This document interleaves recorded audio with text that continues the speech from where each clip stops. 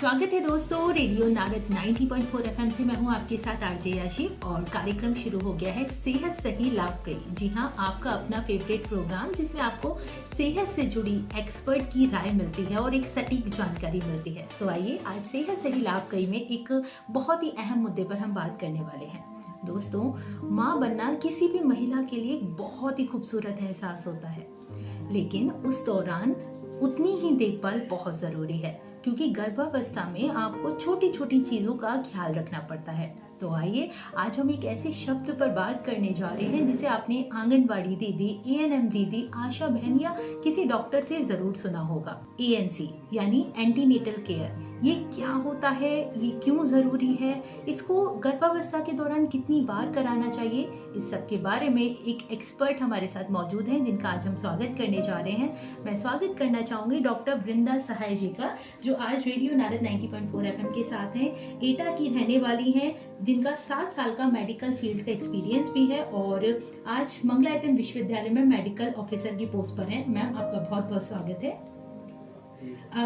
वृंदा ma'am, मैं आपसे सबसे पहले जानना चाहूंगी एएनसी आखिर होती क्या है और किसी भी गर्भवती महिला के लिए एएनसी कराना क्यों जरूरी है? एएनसी का मतलब होता है एंटीनेटल केयर, जिसका मतलब है कि आप गर्भ और गर्भिणी दोनों की सुरक्षा, उसकी जांच और उसके गर्भ के दौरान क्या क्या वृद्धि के दौरान क्या क्या चीजें, क्या क्या बदलाव हो रहे हैं, उनकी सबकी जानकारी करना। तो ये हर गर्भिणी के लिए बहुत अच्छा एहसास होता है कि आप माता बनने वाले हैं। तो उसके लिए आपको क्या है, अपने शरीर के साथ साथ अपने बालक के शरीर के लिए भी चेकअप कराना चाहिए, अपने और अपने बच्चे दोनों के लिए। अब बच्चे के लिए क्या है कि आपका वेट है, आपका ब्लड शुगर है, आपका बीपी है, ये सब चीजें आपको जाननी है। बच्चे की ग्रोथ के बारे में जानना है, तो इसीलिए एंटीनेटल केयर की बहुत आवश्यकता होती है। जी बिल्कुल मैम, वही हम बात करना चाहते हैं कि आखिर गर्भवती महिला जो होती हैं उनको इस बारे में जानकारी नहीं होती। तो एएनसी कराना कौन से महीने से शुरू करना चाहिए और गर्भावस्था में कितनी बार एएनसी करानी चाहिए? अभी अभी नई माँ बनने जा रही है तो कहीं ना कहीं ये चीजें बहुत इंफॉर्मेटिव नहीं हो पाती हैं उनके लिए। तो क्या आप इसके बारे में हमें जानकारी देंगी? जी बिल्कुल। इसके लिए सबसे बड़ी बात है कि लोगों को ना बहुत भ्रम है कि हम डॉक्टर को नहीं जाएंगे दिखाने के लिए। अरे सबके पहले जमाने में बच्चे हो जाते थे तो अभी भी हो जाएंगे, बट ऐसा नहीं है। आप पहले की रेशियो देखेंगे तो पहले बच्चा भी मरता था और माता भी बहुत जल्दी जल्दी एक्सपायर हो जाते थे जी। और अभी क्या है, ये हमने ये जो अभियान शुरू किए हैं कि माता सुरक्षा जननी अभियान, इससे क्या होता है कि हम माता का और उसके बच्चे का दोनों की देखभाल के लिए हम बोलते हैं कि आप जैसे ही 3 महीने हुए हैं, स्टार्टिंग हुई है, आप स्टार्टिंग से ही 3 महीने के अंदर अंदर सबसे पहले डॉक्टर को दिखा लें। ओके, ठीक है। और बाकी हम बोलते हैं कि आप हर महीने वैसे दिखाने को कहा जाता है कि जैसे ही आपको पता चला है कि आप प्रेग्नेंट हैं तो आप 1 महीने, हर अगले महीने आप जाइए। हर जैसे जैसे आपका बच्चा बढ़ता जा रहा है, 1 महीना होता जा रहा है, वैसे वैसे आप डॉक्टर को दिखाइए।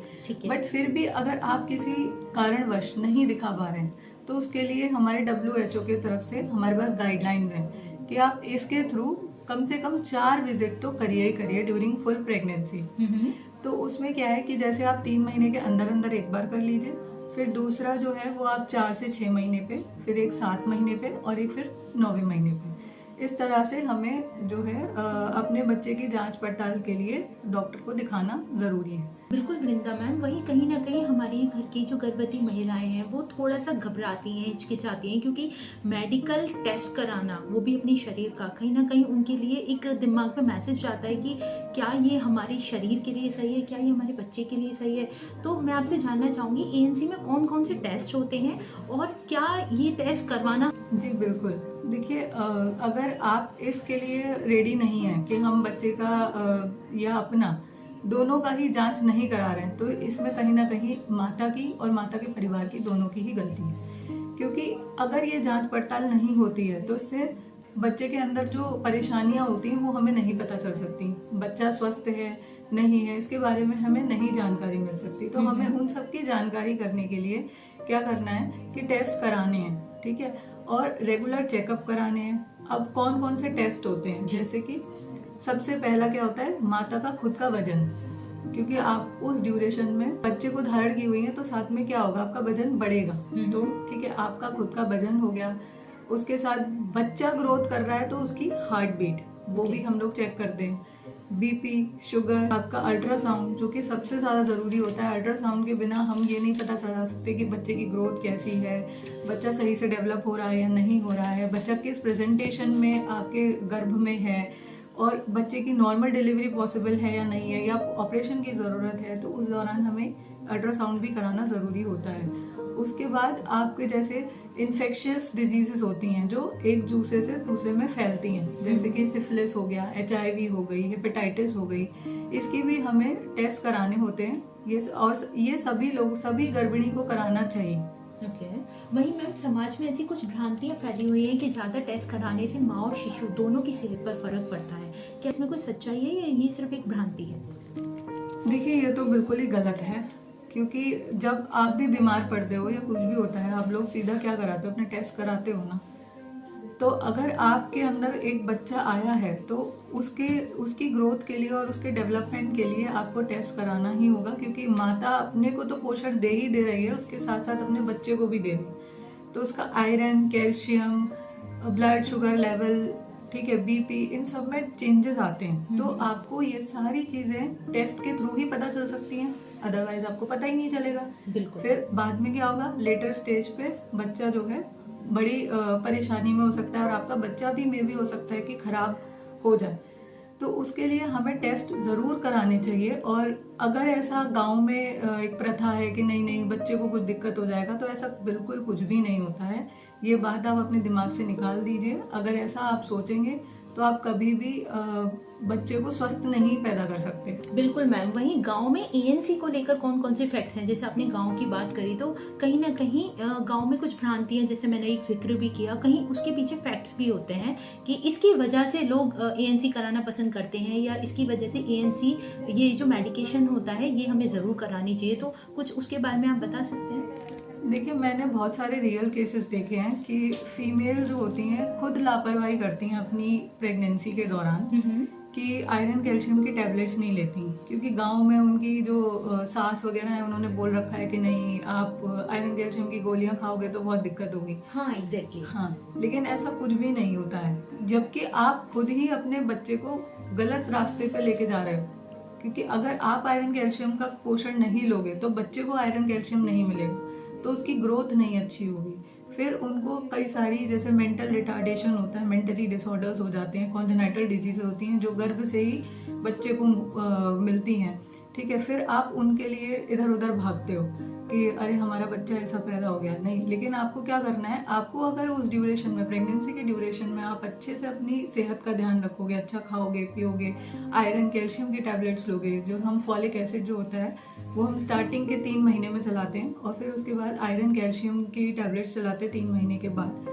TT इंजेक्शंस जो कि आप लोग नहीं लगवाते, इन सारी मेडिकेशन से आपके बच्चे को पोषण मिल रहा है आपके साथ साथ। तो आपको क्या करना है कि आपको सारी मेडिकेशंस लेनी है, और ये जो दिमाग में ये चीज़ डाल रखी है कि नहीं हमें ये मेडिकेशन नहीं लेनी, ज़्यादा दवाई लेने से हमें दिक्कत होगी, ये दवा तो आपके और आपके बच्चे दोनों के लिए, तो ये दवाई लीजिए और अल्ट्रासाउंड भी कराइए। डेफिनेटली वृंदा मैम। वहीं कहीं ना कहीं हमारे जो शरीर है उसमें कहा जाता है कि गर्भावस्था के दौरान महिला अपने साथ साथ अपने बच्चे की डाइट होती है वो डबल हो जाती है।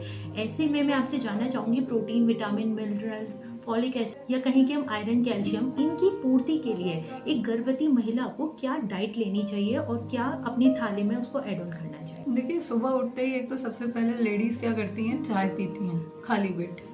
ड्यूरिंग प्रेगनेंसी उन्हें ये चीज़ बंद कर देनी चाहिए। ड्यूरिंग प्रेगनेंसी आप क्या करें, सुबह उठ के थोड़ा सूखा जैसे रस्क वगैरह हुए, बिस्किट्स हुए, ये स्टार्टिंग करिए, ठीक है, अपनी मॉर्निंग में। उसके बाद आप अपने पूरे दिन भर की डाइट में ज़्यादा से ज़्यादा फाइबर्स लीजिए, क्योंकि इस ड्यूरेशन में क्या होता है, कॉन्स्टिपेशन होने के मतलब बंद होने के चांसेस ज़्यादा होते हैं जी, ठीक है। तो उसको हम दूर तब करेंगे जब हम अच्छा खाएंगे, जिसमें हमारे फाइबर्स हमारी बॉडी के अंदर फुल होने चाहिए। फाइबर्स में जैसे आप जो सीजनल फ्रूट है वो सीजनल फ्रूट लीजिए, सैलेड लीजिए, कि पसंद की जितनी भी आपके पसंद की ग्रीन वेजिटेबल्स हैं वो लीजिए। और आप कोशिश करिए कि आप इस ड्यूरेशन में चना, राजमा, बादी करने वाली जो चीज़ें हैं, उड़द है, ये सब कम से कम खाएं। वैसे खाते तो हैं सब लोग, बट कम से कम उसका इंटेक होना चाहिए। ओके, ठीक है। और मिल्क आपका होना चाहिए, मिल्क है, विटामिन C रिच फ्रूट्स जैसे कि आपका आंवला हो गया, ठीक है, ऑरेंजेस हो गए, लेमन हो गया, ये सब आप अपनी डाइट में स्टार्ट करना होता है ड्यूरिंग प्रेगनेंसी। उसके साथ साथ आप पोमीग्रेनाइट, जैसे हम बोलते हैं अनार, ठीक है, अनार को खाना चाहिए ड्यूरिंग प्रेगनेंसी। कहीं कहीं ना कहीं जो हमारी जो गर्भवती महिलाएं हैं, आजकल यंग महिलाएं बन रही हैं, तो उनके अंदर का बच्चा अभी भी जीवित है, तो उनको ना बहुत सारी क्रेविंग्स होती हैं कि वो मैगी या फास्ट फूड या चाउमीन, मोमोज, पास्ता वगैरह बहुत पसंद करती हैं। क्या ये गर्भावस्था में लेना सही होगा या इसको हमें अवॉइड करना चाहिए? देखो, वैसे तो ये सब चीज़ें अवॉइड ही बोली जाती हैं कि आप अवॉइड करिए, क्योंकि हम मैदा खा रहे हो तो एट लास्ट वो आपको बॉडी में कॉन्स्टिपेशन कॉज करेगा। तो आपको क्या करना है, जैसे बहुत सारी लेडीज़ को क्रेविंग होती है इस चीज़ की, मैं टोटली एग्री करती हूँ, तो आप उस ड्यूरेशन में इनको कम से कम खा सकते हो, क्योंकि जो क्रेविंग्स होती हैं कहीं ना कहीं ये आपको, और अगर आप नहीं खाओगे तो कहीं ना कहीं आपके बच्चे पे भी इम्पैक्ट डालेगी। ये चीज़ें कहा गया है कि आपको प्रॉपर जब भी आपको क्रेविंग्स होती हैं तो आप उसको कम से कम खाइए, हफ्ते में एक दिन। हाँ, जैसे मतलब मात्रा भी कम खाइए, जिससे आपको बस क्रेविंग के लिए फुलफिल हो जाए। कि अगर आप जैसे 1 प्लेट मैगी खाना चाहते हो, 1 प्लेट से आपका पेट फुल होता है, तो 1 प्लेट ना खा के उसको हाफ प्लेट या 1/4 उतना खाओ। बिल्कुल मैम, वही हम कुछ आते हैं वापस से एएनसी पर। क्या सरकारी अस्पतालों में एएनसी की कुछ सुविधाएं अवेलेबल हैं? जैसे गांव वगैरह में सरकारी अस्पताल ज़्यादा होते हैं, या अगर हम शहरों की भी बात करें तो क्या वहाँ पे एएनसी की सुविधाएं अवेलेबल हैं? देखिए, गांव में भी हमारी सरकार ने अब इसका एएनसी का बहुत अच्छा सुविधाएं कर दी है। जैसे कि आपको पता होगा, सुरक्षा जननी योजना चल रही है, सरकार हमारी चलाती है, उसमें वो आयरन, कैल्शियम की टैबलेट्स आपको फ्री ऑफ कॉस्ट देती है। और अगर साथ में आपको कोई और भी बीमारी है ड्यूरिंग प्रेगनेंसी, आपको हेपेटाइटिस है, HIV है, कुछ भी है, तो उसके साथ साथ आपकी इलाज भी वो लोग चलाते हैं फ्री ऑफ कॉस्ट। आपकी सारी मेडिकेशंस अवेलेबल हैं, सारे टेस्ट आपके अवेलेबल हैं फ्री ऑफ कॉस्ट। अल्ट्रासाउंड कहीं कहीं पर नहीं है, छोटी जगहों पे, अदरवाइज अल्ट्रासाउंड भी अवेलेबल है, तो आप वहाँ पर फ्री ऑफ कॉस्ट अपना ट्रीटमेंट ले सकते हैं। उसके साथ साथ आपको रात में कभी इमरजेंसी पड़ती है या कभी आप नहीं जा पा रहे हैं, तो आपको एम्बुलेंस वगैरह की भी फुल फैसिलिटी दी जाती है। बिल्कुल मैम, वही हम कुछ फाइनेंस की बात करते हैं, तो एएनसी के दौरान लगभग कितना खर्चा आ जाता है एक गर्भवती महिला के ऊपर? देखिए, अगर हम गवर्नमेंट में बात करें तो गवर्नमेंट में तो वो फ्री ऑफ कॉस्ट होता है, बस आपको जाना है और अपना ट्रीटमेंट कराना है। बाकी आपको देखो, अगर कहीं प्राइवेट इंस्टीट्यूट में अगर अपना इलाज कराना है तो वो जगह पर डिपेंड करता है कि आप किस जगह पर जा रहे हैं। May be it varies from 5 to 10,000, कहीं पर और भी कम हो सकता है, तो वो डिपेंड करता है आप किस जगह पर ट्रीटमेंट लेंगे। बिल्कुल वृंदा मैम, वही क्या फ्री में भी कुछ फैसिलिटीज अवेलेबल होती हैं या कुछ मेडिकेशंस हैं जो गर्भवती महिलाओं को फ्री में मिलती हैं? हाँ, बिल्कुल फ्री ऑफ कॉस्ट। देखो, गवर्नमेंट आपको सब चीज़ अवेलेबल करा रही है। TT इंजेक्शंस हमारी ANM GNM वगैरह से आपको लगाए जाते हैं। जब आपका रजिस्ट्रेशन हो जाता है कि आपकी प्रेगनेंसी है, उस ड्यूरेशन से आपको TT भी फ्री ऑफ कॉस्ट मिलता है, आपको आयरन, कैल्शियम की टैबलेट्स भी मिलती हैं। उस बीच में अगर कोल्ड कफ जैसी बीमारी है या कोई हेपेटाइटिस जैसी प्रॉब्लम, HIV जैसी प्रॉब्लम, कोई टॉर्च इन्फेक्शंस अगर आपको हो रहे हैं, तो वो सब आपके गवर्नमेंट आपको फ्री ऑफ कॉस्ट प्रोवाइड करती है। ओके मैम, वहीं अगर हम बात करें नॉर्मल डिलीवरी की, एएनसी से क्या नॉर्मल डिलीवरी पॉसिबल है? इसके चांसेस हैं? देखो, ANC कराने का उद्देश्य ही यही है कि आप क्या करा सकें जिससे अपने बच्चे की ग्रोथ और उसके होने वाले कोई भी बदलाव हैं उसके शरीर में, वो आपको पता चल जाए। तो अगर आपको अपने बच्चे के बारे में पता चल रहा है कि उसका ग्रोथ अच्छा हो रहा है, उसका बॉडी वेट सही है बच्चे का, तो आप जाहिर सी बात है कि नॉर्मल डिलीवरी ही करा पाओगे।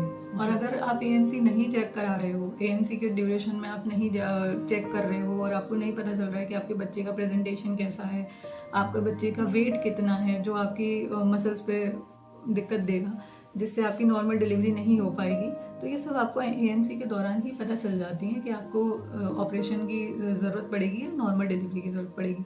ओके मैम, वहीं अब चलते चलते एक संदेश की मैं बात करना चाहूँगी। कुछ गर्भवती महिलाएं जो हमारे इस कार्यक्रम को सुन रही हैं या उनके घर वाले, परिवार वाले हैं, तो आप उनको क्या सलाह देना चाहोगे और उनके परिवार वालों को भी क्या सलाह देना चाहोगे? देखो, माता आपको बनना है और बच्चा भी आपका है, तो स्वास्थ्य की सारी जिम्मेदारी एक माँ की और उसके परिवार की ही होती है, क्योंकि आखिर में आपका बच्चा ही आपका संपूर्ण मतलब गिफ्ट है आपके लिए।